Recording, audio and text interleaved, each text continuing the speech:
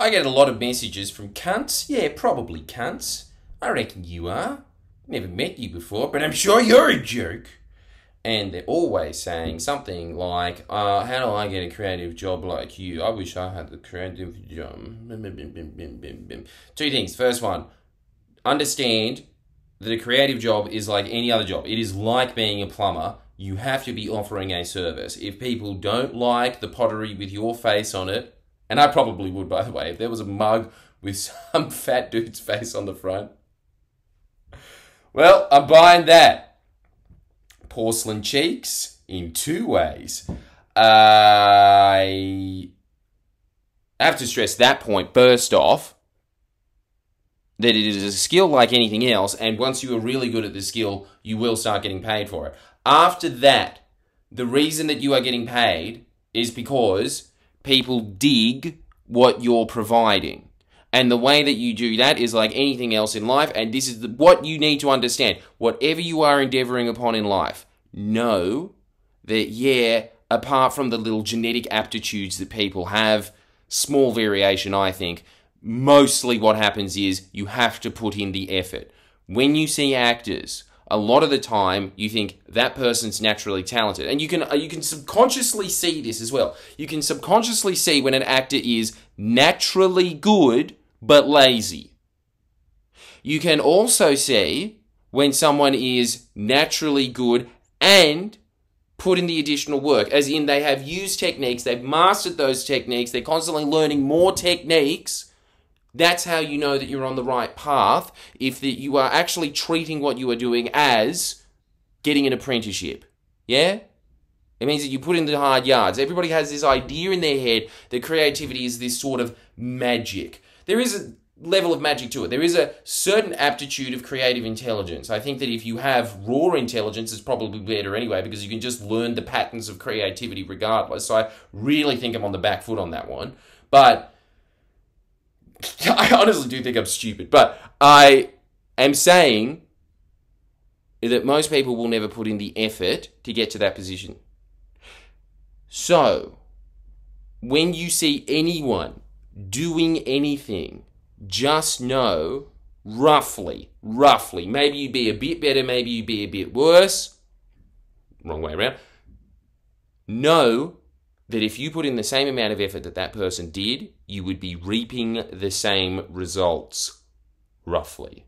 And also, this is the other point, once you are putting in that much effort, naturally, your capabilities, your skills in life will be pushing you towards a role that you can fill, that only you can fill. Really the only thing that I'm ever looking for, anytime that I'm ever looking at someone at Friendly Geordies and thinking, should I hire that person or not? One of them, I think, is just, I'm a massive pushover and I'm like, yeah, okay. But I think the other one is, I'm constantly thinking, are they somebody that's having a red hot go? I don't really care how bad they are when they start. That doesn't concern me at all. I basically just think, is this person a shyster? And if they are, then that's just a non-starter, obviously, right? So I'm always saying, what you want to be in life is trustworthy. If you can be as trustworthy, and look, everybody lies, everybody does deceitful little shitty things, but you don't want to make a habit out of it. You don't want to make that your personality. But after that, the next thing that you are looking for is to just exert effort. Now, this is not magic. This is not rocket science. It's not even rocket science. It's really just, there is very few people in life, in whatever field that you are doing, and it's just because everybody, naturally in creativity, for you to be successful in creativity, people sort of have to be looking at you, because that's part of the job. It was actually, once my editor was talking about this and saying that I have no interest in being famous, and I was like, really? What a fucking idiot. But he was saying, what are the benefits of being famous? And I was thinking about it, and it's all downsides. The only upside of fame is if you're in the creative field, because it basically means that you can make a living out of what you're doing. That's it. That's the only benefit of fame. And in fact, in a lot of other ways, it detracts. And you do become a cave hermit like myself. It's actually not that good, people coming up to you on the street and being like, oh, you that guy? Like, it gets a bit old, But, yeah.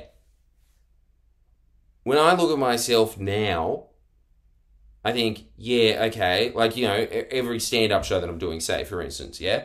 Every single one is better than the last one. Why? Because of the experience gained. It has nothing to do with being special. It has nothing to do with being unique. It is just, I put a lot of effort in. My natural tendencies and talents led me to a position that kind of was around what I was aiming for in a goal path, and then, you know, your genetics start kicking in and being like, actually, you're better at doing voices than some other people's. Great example. Great example. And so you just start sculpting the attitude around that. Another thing that I think was a big advantage of that, actually, when I look back in my stand-up show, anybody that ever comes from my high school just goes, what you've done is time-capsuled our high school humour and put it on stage. And I think that I was very lucky to go to a school that had just a bunch of these characters in this one specific year. It was just serendipitous, and they were all extremely charismatic people that were all fucking insane, and they're mostly druggos and things now. But they had all of those elements, right? But that was just something that naturally happened, and then because I exerted a lot of effort in that field, that was the result. So when you're talking about how do I get a creative job, how do you get any job? Effort. It's the same as being a doctor. It's the same as being a lawyer. I've met a lot of fucking lawyers. They're not that fucking smart. Some of them, you know, I'm not going to put that on most of them, but, you know, some of them, when they're QCs, I think, I'm better than you. I have more mental acumen than that person does. I just haven't spent my entire life reading fucking laws from 1402. So I'm obviously not as skilled in that area as that person, but especially after 40 years of drinking a glass and a half of wine a day, you realise you could be that person if you put in the same effort as that person. Not all of them, yeah? A lot of the time there is just some people that are just gifted and mental acumen, but the thing is, no matter how much mental acumen you had, if you wanted to be a QC, there's no way you're getting there without fucking 20 years of rigorous work. So it's the same with everything that you are ever doing in your life. It's just, it is actually a really liberating thing to just take the magic away and say there's nothing magical about any field at all.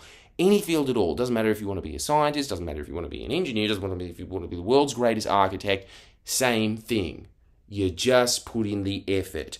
Then you go there. At some point, you accumulate enough skills to be valuable. And I always know that the one thing that I think that is a huge tragedy with most people, most corporations and industries, right? And I would definitely do it if I had more of the resources. But I think that a big thing is not being able to pick out somebody that's willing to give it a red hot go and giving them the time to create a red hot go. This is something that you hear people constantly complaining about in the radio industry, and you definitely see it by the fact that Kyle and Jackie O have been there for 30 years. Now, they're obviously brilliant, and they get better at their job every year. This is not my opinion, by the way, even though it is my opinion. But this is the opinion of radio stalwarts that are in it. The world's greatest radio producer, I can't remember who he is, but he's the guy that discovered Howard Stern. He's just like, Kyle and Jackie O is the best breakfast program in the world. And they keep getting better, again, because they just get better at talking to one another and yelling sexual slurs at each other. Yeah? They're killing it in that field. That's great. But then I talk to people that really want to get into radio, and they're saying that the opportunities just aren't there to accumulate it. Which is why, if you ever wanted to do that back in the day, what you do is you just go to some bumfuck town like Lithgow, and you do breakfast radio, and you just back announce for 2 years, so you just get good at that. Then you move on to a slightly bigger market like fucking, you know, Hunter Valley.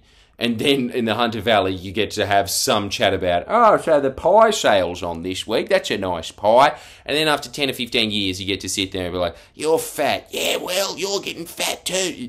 Then that happens. But that's been completely cut out. This is the brutal thing about the world now, is that a lot of those paths are getting destroyed so you don't have the ability to put in the effort. I sympathise with that. It does not excuse you for continuing to exert effort. It's as Jason Alexander says about acting, that no one can stop you from acting if you want to be an actor. You just act to your soft toys. You can do a Shakespeare sonnet to your soft toys. No one's stopping you. Is that better than doing it to not doing it? Absolutely. You know, you might be lamenting the fact that you aren't at Globe Theatre, but if you keep doing that, eventually, because you've just mastered the skills, life circumstances will start pushing you in a direction where your skills are usable.